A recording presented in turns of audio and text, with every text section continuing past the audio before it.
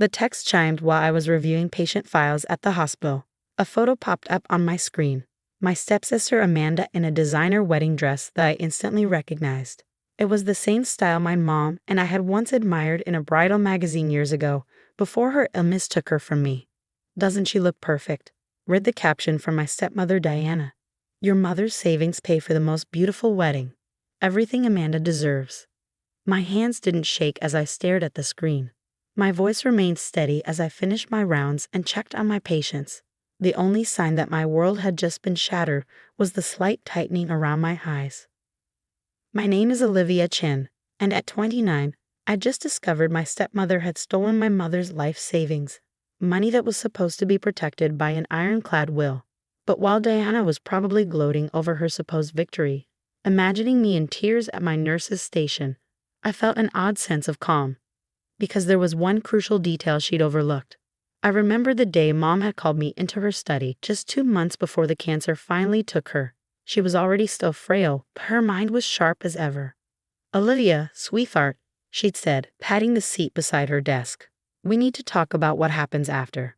"Mom, please," I protested, but she shook her head. "No arguments. I need you to understand something important about the will, about your father." The memory faded as my phone buzzed again. Another photo. Amanda beaming beside an ice sculpture that probably cost more than 3 months of my salary. "The reception is like a fairy tale," Diana wrote. "Though I suppose you wouldn't know, being too busy with your noble nursing career to attend." I could picture Diana's smug smile as she sent these messages, could imagine her sitting in her designer outfit at the head table of Amanda's reception, basking in the admiration of guests who had no idea where the money really came from. My dad was probably there too, letting himself be convinced that this was what Mom would have wanted. But Mom had known exactly what she'd wanted, and more importantly, she'd known exactly what Diana was capable of. I dialed my lawyer's number as soon as my shift ended. Not the family lawyer. Diana had made sure he was firmly in her pocket years ago. No, I called Marcus Thorne, the attorney Mom had secretly hired during her final months. "It's time," I said when he answered. Diana used Mom's savings for Amanda's wedding. She finally did exactly what Mom predicted she would. There was a pause, then Marcus's steady voice replied, "I'll file the papers first thing tomorrow." "Are you sure you want to do this? Once we start, there's no going back." Was I sure? I thought about the last 8 years since Mom died, about Diana's constant undermining, her not-so-subtle digs about my career choice, her systematic campaign to turn my father against me, about how she convinced him that my decision to become a nurse instead of joining his medical practice was a betrayal of Mom's memory, rather than the fulfillment of Mom's belief that healing wasn't just about prestigious titles and expensive procedures. "I'm sure," I said firmly. Mom knew this day would come. That's why she prepared for it. After hanging up, I sat in my car in the hospital parking lot, letting the events of the past 8 years wash over me. Diana had entered our lives like a whirlwind just a year after Mom died, when Dad was still lost in his grief. She'd seemed so perfect at first, a sophisticated pharmaceutical sales rep who understood the medical world Dad lived in, who came with a daughter just a few years younger than me. "We'll be a family again," Dad had said at their wedding, squeezing my hand as if trying to convince himself as much as me. I was 22 then, just starting nursing school, trying to honor Mom's memory by following my heart instead of Dad's expectations. Diana's true nature emerged slowly but steadily. First came the subtle comments about how some people weren't cut out for the pressures of being a real doctor. Then the constant comparisons between me and Amanda. How she was pursuing a proper medical degree, how she understood the importance of upholding the family's reputation. The final straw had been 3 years ago, when Diana convinced Dad to remove me from my position at his private practice, the job I'd taken despite my reservations, trying to maintain some connection with him. "It's for the best," she'd said with fake sympathy. The other doctors were complaining about having a mere nurse in such a prominent role. "It was embarrassing for your father." I transferred to the hospital after that, throwing myself into emergency medicine, where I knew I could make a real difference. But the distance between Dad and me had grown wider with each passing year, carefully cultivated by Diana's manipulations. My phone buzzed again. Another wedding photo. This time it was Dad giving a toast, his eyes suspiciously bright. The caption read, Such a touching speech about his real daughter. That was Diana's favorite weapon, the constant reminder that I wasn't really part of their family anymore. That Amanda was the daughter Dad deserved, following in his footsteps while I chose a lesser path. What Diana didn't know was that Mom had seen this coming. In those final months, as the cancer ate away at her body but left her mind razor sharp, she prepared for exactly this scenario. "Your father is a brilliant doctor," she told me during one of our last conversations. "But he's always been naive about people's intentions. Diana will try to take everything, not just the money, but your place in his heart. She'll wait until she thinks she's won, until she's so confident that she gets careless. That's when you'll need to be ready." I pulled out the sealed envelope Mom had given me that day, the one I kept safe all these years, waiting for exactly this moment. Inside was a letter, its contents seared into my memory even though I'd only read it once. "My dearest Olivia, if you're reading this, it means Diana has finally shown her true colors. The savings account she thinks contains my entire estate is actually only a small portion of what I've set aside for you. The real inheritance, everything I built during my years running the hospital's nursing program, is held in a trust that only activates under specific conditions." I touched the paper gently, feeling closer to Mom than I had in years. She'd built her career from nothing, working her way up from staff nurse to director of nursing education at one of the country's top hospitals. Dad had never quite understood why she'd chosen to stay in nursing rather than pursue a medical degree, just as he'd never quite understood my similar choice. But Mom had understood something fundamental about both healing and human nature. She'd known that Diana would eventually overplay her hand, too confident in her own cleverness to imagine she might be outsmarted by a woman she dismissed as just a nurse. I started my car, heading not home but to the small coffee shop where I was meeting Marcus. It was time to put Mom's plan into action. Diana thought she'd scored the ultimate victory, using Mom's money to fund her daughter's fairy tale wedding. She had no idea she just triggered exactly the scenario Mom had planned for. The coffee shop was quiet at this hour, most of the after-work crowd already gone. Marcus was waiting in a corner booth, a thick folder on the table in front of him. He stood as I approached, his expression sympathetic but determined. "I pulled all the documentation," he said as I sat down. "Everything's in order, just as your mother arranged it. Would you like to review it before we proceed?" I nodded, accepting the folder with steady hands. Inside was the evidence of Mom's true legacy, not just the savings Diana had stolen, but the entire network of investments, properties, and educational endowments she'd built over decades of careful planning. "Diana accessed the savings account last month," Marcus said, pointing to a bank statement. "Withdrew everything to pay for the wedding. She forged your father's signature on the transfer documents, not that he would have stopped her if she'd asked. And that triggers the trust conditions." Marcus nodded. "Any unauthorized access to the decoy account automatically activates the main trust. Your mother was very specific about this. She wanted to give Diana enough rope to hang herself, so to speak." I thought about Diana's smug messages, her certainty that she'd finally proven her daughter's superiority over me. What happens next? "First, we file these papers with the probate court," Marcus explained, pulling out another document. "This evidence shows that Diana not only accessed the account fraudulently, but also violated the specific terms of your mother's will regarding the use of those funds. That triggers a review of all estate matters, including the existence of the primary trust. And Dad." Marcus's expression softened. "Your mother provided for that too. There's a letter for him, explaining everything. She hoped that seeing Diana's true colors would finally open his eyes." I stared into my untouched coffee, watching the steam rise and dissipate. Part of me wished there was another way, that we could resolve this without shattering what remained of my family. But Diana had made her choice, and in doing so, she'd proven Mom right about everything. "Do it," I said firmly. "File the papers. It's time Diana learned that being just a nurse doesn't mean being naive." As I left the coffee shop, my phone buzzed one final time. Another message from Diana, this one showing Amanda cutting the massive wedding cake. "Perfect end to a perfect day. Your mother's money well spent." I smiled slightly, thinking of Mom's voice. "Sometimes, sweetheart, the best revenge isn't about getting even. It's about being patient enough to let someone's own actions reveal their true nature." Diana had no idea, but her perfect day was about to become the beginning of her biggest nightmare. The first sign that something was wrong came 3 days after Amanda's wedding. I was finishing another night shift when a familiar black sedan pulled into the hospital parking lot. Dad stepped out, looking older and more tired than I'd ever seen him. "Olivia," he called out, his voice carrying across the nearly empty lot. "We need to talk." I knew this moment would come, but seeing him there, still in his suit from the office, his hair disheveled like he'd been running his hands through it in frustration, made my heart ache. "I'm just getting off shift," I said evenly. "There's a coffee shop around the corner." He nodded, falling into step beside me.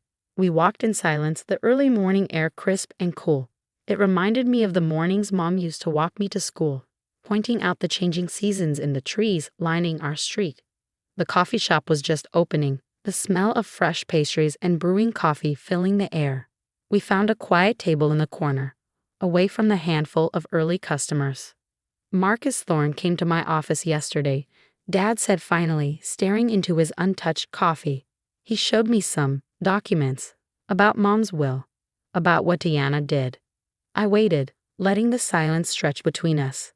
This was his moment to process, to face the truth he'd been avoiding for 8 years. "Did you know?" he asked, finally looking up at me. "About the trust, about Mom's real plans?" "Yes," I said softly. "She told me before she died. She knew Diana would eventually try something like this." His face crumpled slightly. "Why didn't you tell me? Would you have believed me?" I countered gently. "Over Diana. Over her explanations about how I was just jealous, how I couldn't accept my new family." He flinched, and I knew I hit home.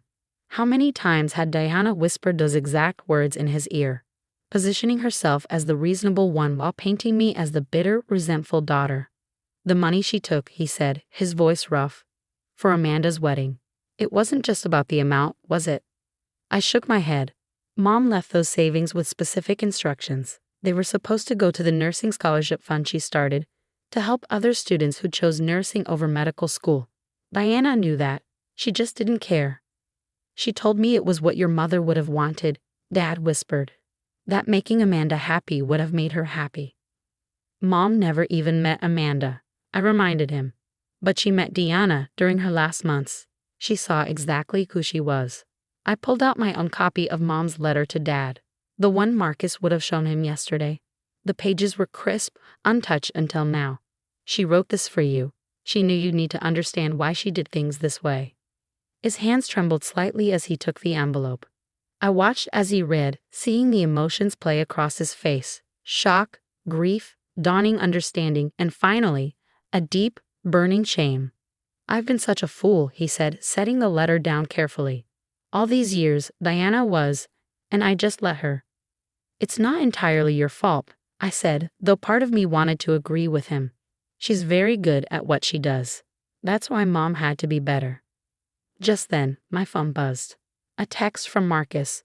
"Diana just received the court notice. Brace yourself." As if on cue, Dad's phone started ringing. Diana's name flashed on the screen. He stared at it for a moment, then deliberately pressed decline. "She's been served with papers," I explained. "The trust activation triggers an automatic review of all estate matters, including her fraudulent access of the savings account." "What happens now?" "Now," I said, pulling out the folder Marcus had given me, "we show her exactly what Mom built, and what she stands to lose." The next few hours were a blur of explanations and revelations. I showed Dad the full extent of Mom's estate, not just the savings Diana had stolen, but the properties, investments, and educational trusts she'd established. The nursing scholarship fund was just the beginning. There were research grants, mentorship programs, even a small medical technology startup she'd invested in during her final years. "She built all this," Dad said wonderingly, "while running the nursing program? While raising you? While supporting my career?" "Mom understood something Diana never will," I replied. "True strength isn't about tearing others down to lift yourself up. It's about building something lasting, something that helps others rise." As we talked, Diana's calls became more frantic. Text messages flooded both our phones. "What is this legal nonsense? You ungrateful brat. How dare you? Answer me, both of you."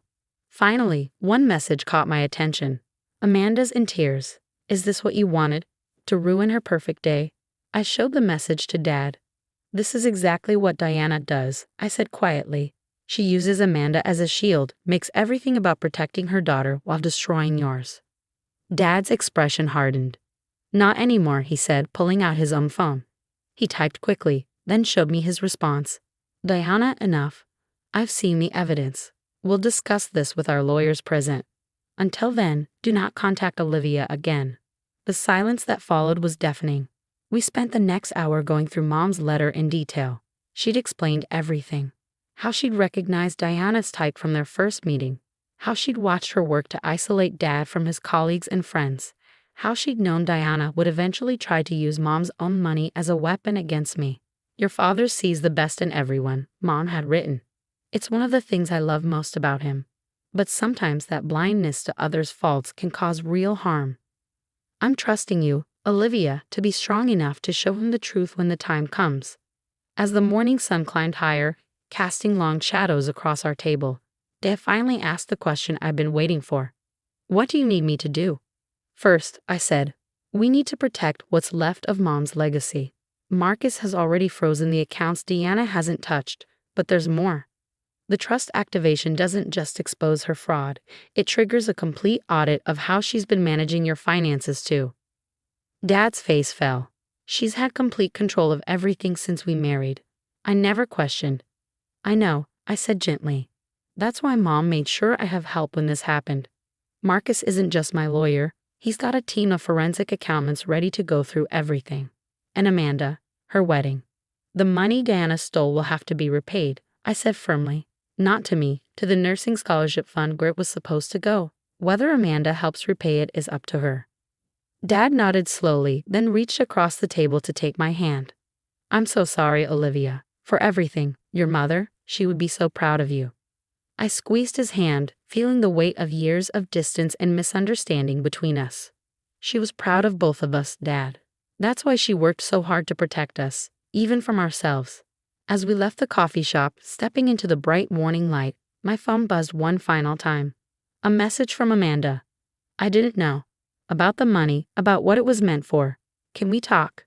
I showed the message to Dad. What do you think? He smiled sadly.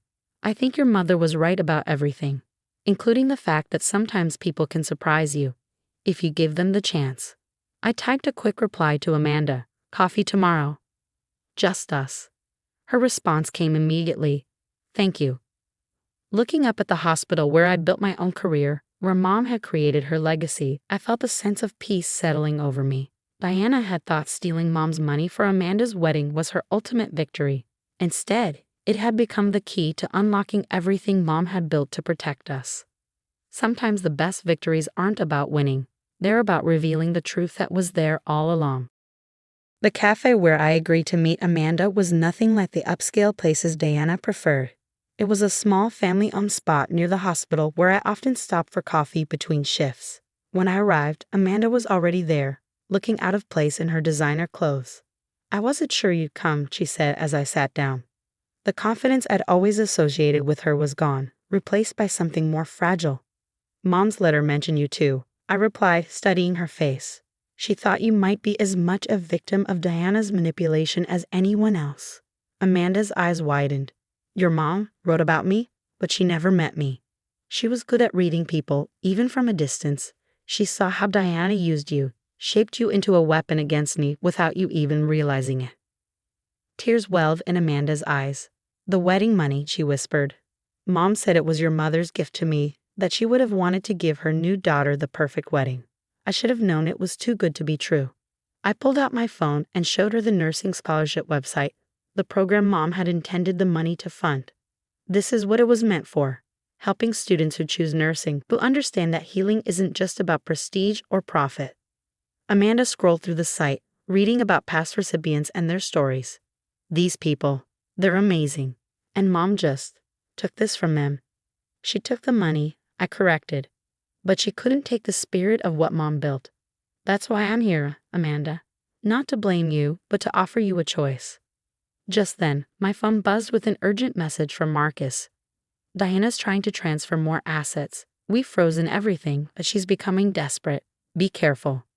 As if on cue, the cafe door burst open and Diana stormed in, her face twisted with rage. "So this is where you're hiding," she spat, glaring at both of us. "Having a little heart-to-heart with my daughter?" I remained seated, keeping my voice calm. "Hello, Diana. Would you like to join us? We were just discussing Mom's nursing scholarship program." "That money was wasted on your mother's pet project," Diana sneered. "At least I put it to good use, giving Amanda the wedding she deserved." "Mom," Amanda interrupted, her voice shaking. "These scholarships, they help people become nurses, save lives. How could you just take that away?" Diana's expression shifted, the mask of maternal concern sliding into place. "Darling, I did it for you. Everything I've done has been for you." Olivia's mother had more than enough money, money that should have gone to her real family. "I was her real family," I said quietly. "And so was Dad. You're the one who tried to rewrite history, Diana, but Mom knew you would. That's why she left more than just money, she left truth." I pulled out my tablet and played a video, one Mom had recorded in her final weeks. Diana's face went pale as Mom's voice filled the cafe. "If you're watching this, Diana has finally shown her true colors. I want you to know that I saw through her from the beginning. The way she isolated your father, turned him against his colleagues, his friends. The way she used Amanda as a prop in her games. I'm leaving this message along with proof of every manipulation, every lie, every attempt to steal what I built." "Turn that off," Diana hissed, reaching for the tablet. But Amanda caught her arm. "No, Mom, I need to hear this." As Mom's message continued, describing Diana's systematic campaign to take control of not just Dad's wealth, but his entire life, I watched Amanda's face. The shock, the dawning comprehension, the grief as she realized how she'd been used. The nursing scholarship fund wasn't just about money, Mom's recording continued. It was about legacy, about choosing to lift others up instead of tearing them down. Diana will never understand that kind of strength, but I hope someday Amanda might. Diana's composure finally cracked. "You think you're so clever, with your mother's videos and your legal tricks, but your father will never choose you over me. I've made sure of that." "Actually," came Dad's voice from behind us, "I already have." He stood in the doorway, Marcus beside him, both holding folders thick with documents. "The forensic audit is complete," Marcus announced. "We found evidence of systematic financial fraud going back years, not just the scholarship fund, but multiple accounts, properties, even attempts to access Olivia's personal savings." Diana's face went from pale to ashen. "You can't prove anything. It was all legal. I had power of attorney." "Power of attorney doesn't cover fraud," Marcus replied calmly. "Or the offshore accounts we found, or the attempts to transfer assets this morning." I turned to Amanda, who sat frozen, tears streaming down her face. "Mom's letter mentioned something else about you," I said gently. "She believed that under different circumstances, we might have been real sisters. That Diana's poison didn't have to define us." Amanda looked up at her mother, then back at me. "The wedding. I want to make it right. The scholarship money. I'll pay it back. All of it." "You ungrateful little," Diana started, but Dad cut her off. "Enough, Diana. It's over. The divorce papers are being filed today. The police have enough evidence to press charges, but if you cooperate, return everything you've taken, we might be able to avoid that." Diana's eyes darted around the cafe, looking for escape, for sympathy, for any way to regain control. Finding none, she straightened her spine and tried one last time. "Everything I did for love, for our family." "No," I said, standing up. "Everything you did for yourself. Mom knew that from the beginning. That's why she made sure the truth would come out, not just about the money, but about who you really are." As Dad and Marcus led a defeated Diana out to meet with the lawyers, Amanda remained at the table, staring at her untouched coffee. "What happens now?" she asked quietly. I sat back down across from her. "That depends on you." Mom believed in second chances, in the power of people to choose a better path. The scholarship fund needs a new administrator, someone who understands both the medical world and the importance of giving back. Amanda looked up, hope flickering in her eyes. "You trust me with that? After everything?" "Mom would," I replied simply. "And I think it's time I started trusting her judgment about everything else too." 6 months after Amanda's wedding, I stood in front of a room full of aspiring nurses. The scholarship presentation ceremony was being held in the hospital's main conference room, renamed the Catherine Mitchell Memorial Hall in honor of my mother. Today, I began, looking out at the eager faces. We're not just awarding scholarships. We're celebrating a legacy of healing, of choosing to lift others up rather than tear them down. In the front row, Amanda sat beside Dad, both of them smiling. The past months had transformed them both. Dad had thrown himself into rebuilding not just his relationship with me, but his connections with old colleagues and friends. Amanda had surprised everyone by enrolling in nursing school herself, determined to understand the path she'd once dismissed. Diana's absence was a quiet relief. The legal proceedings had ended in a plea deal. No jail time, but full restitution of everything she'd taken, plus a permanent ban from any involvement in medical or charitable organizations. Last we heard, she'd moved to Arizona, her carefully constructed facade of sophistication crumbling in the wake of her exposure. My mother believed that true healing comes in many forms. I continued, touching a locket I wore, the one containing Mom's photo. Sometimes it's through medicine, sometimes through compassion, and sometimes through the simple act of standing up for what's right. The first scholarship recipient approached the podium, a young woman who'd worked as a hospital janitor while putting herself through pre-nursing courses. As I handed her the certificate, I saw Mom's vision coming to life. This was what the money was meant for, not extravagant weddings or power plays, but creating opportunities for those who understood the true meaning of care. After the ceremony, Dad pulled me aside. "I found something in the old study," he said, holding out a worn envelope. It was hidden behind Mom's nursing diploma. Inside was another letter, this one dated just days before she died. "My dearest Olivia, if you're reading this, then everything has played out as I feared it might. Diana's true nature has been revealed, and you've had to be stronger than any daughter should need to be. But I hope you've also discovered something else. That strength isn't just about protecting yourself. It's about creating space for others to grow, to heal, to become better versions of themselves. I've watched you choose nursing not because it was easy, but because you saw what I saw, that sometimes the quietest voices have the most important things to say. That healing isn't just about procedures and prescriptions, but about being present in someone's darkest moments. Take care of your father, and need time to forgive himself. And keep an eye on Amanda. She's more like you than either of you know. Diana's influence runs deep, but it doesn't have to be permanent. Most importantly, remember that I built all of this, the trust, the scholarships, the safeguards. Not because I didn't trust you to handle things on your own, but because I wanted you to know that you were never alone. That even after I was gone, I would find a way to help you fight the battles that needed fighting. Your father once asked me why I stayed in nursing when I could have become a doctor. The answer was simple, because sometimes the most important healing happens in the quiet moments, in the small kindnesses, in the choice to build rather than destroy. You understood that instinctively. That's why I knew you were the right person to carry on this legacy. All my love, Mom. I wiped tears from my eyes as I finished reading. Dad wrapped an arm around my shoulders, his own eyes glistening. "She saw everything so clearly," he said softly, "even things we couldn't see ourselves." Across the room, Amanda was chatting with the scholarship recipients, her entire demeanor transformed from the privileged daughter Diana had raised to someone genuinely interested in others' stories. "The trust fund is fully restored," Dad continued. "Diana's restitution covered everything, plus the legal fees. But it's the other changes that matter more." He was right. The money had never been the real issue. It was about the choices we make, the legacies we build, the healing we choose to pursue. My phone buzzed. A message from a hospital. One of my patients, a young girl recovering from surgery, was asking for me. This was what Mom had understood, what Diana never could. That true wealth isn't measured in bank accounts or grand gestures, but in the ability to be there when someone needs you. "I have to go," I told Dad, tucking Mom's letter carefully into my pocket. "Patient needs me."